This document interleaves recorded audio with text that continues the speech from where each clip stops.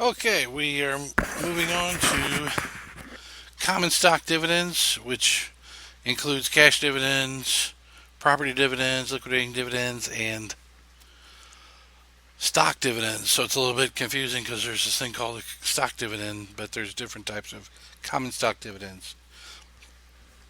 Um, One thing to be aware of, just in general, in terms of business sense, that there are lots of there's corporate law and also contracts that limit dividends. So there are things in debt covenants, but there's also, depending on the state of incorporation, laws against issuing dividends that either when retained earnings has a debit balance or would subsequently have a debit balance. Um, because those states of affairs are usually associated with bankruptcies or owners trying to liquidate the company before the debt holders can make their claim and other things that aren't so nice. Um, so just be aware of that. In particular, if you ever end up on the board of a smaller business that's maybe in a financially precarious situation, you just want to be very careful in issuing dividends when a company's in a financially tough condition. And let me tell you, with respect to the IRS, that if you're paying dividends but your taxes or your payroll taxes, income taxes and payroll taxes aren't paid, that is not a good thing to be doing. That is a problem. Okay, so, but let's get down to the nitty gritty here. For dividends, and this is, a lot of things you're learning, this is real world stuff. This is how it works. There is a declaration date, a date of record, and then a payment date. Okay, so the declaration date is the date the corporation announces we're going to pay, let's say, 50 cents per share. All right, and then in that announcement, they'll say, um, if you own the stock on, let's say, August 21st, you'll be entitled to the dividend. That is the date of record. So this is the day you have to own the stock. So only to get the dividend. Only one person who owns the stock is entitled to it. If 20 different people own it, even on that day, the owner on the as of close will be the one that's entitled to the dividend. The payment amount, that's the amount to be paid. We typically think of cash. We're going to also see property dividends and stock dividends.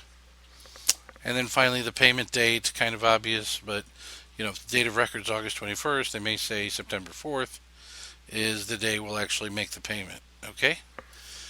So, declaration date, date of record, and payment date.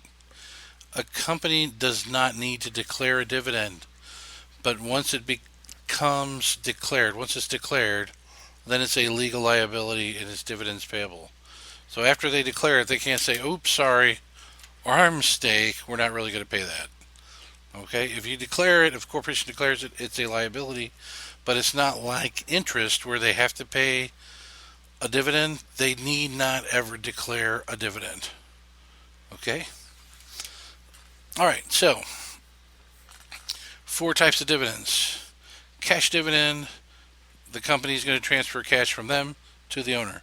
Property dividend, the company is going to transfer some non-cash asset to the owner of the company. So the title is going to transfer, but it's just very similar to cash dividend, but just not cash. So assets are declining. So when cash is transferred, assets decline. When property, another non-cash asset declines, total assets decline. And in both cases, stockholders' equity declines. Liquidating dividend, what's different about it is not what's being transferred. It's cash or property, but we're going to always use cash. We don't want to make it too complicated. What's different is it reduces capital stock. So retained earnings will be decreased. And then additional paid in capital will be decreased. Okay. Now stock dividend. Oh, this one drives me a little crazy because it's the undividend. Um, it doesn't really it doesn't transfer an asset.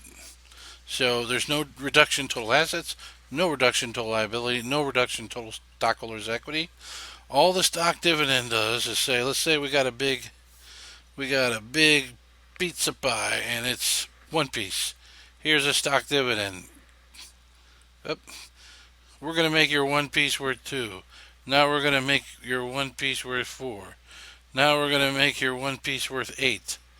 Okay, so they just keep cutting up the pie by issuing a dividend proportional to your prior ownership, but it doesn't change your actual value. If you own 10% of the company before, you own 10% after. So if the company was worth $1,000,000 before, you had $100,000 before, and you have $100,000 after. Now you can just cut it into more pieces. So not really a huge difference. Okay. Um, what's better than this? And we're going to see it later. The stock split. This is the way companies really do this today. Okay. My challenge to you is if you ever see a stock dividend in practice, please come back and show me. I see lots and lots of stock splits. I don't see stock dividends except on like the CPA exam and whatnot. Okay. So just let me know about it.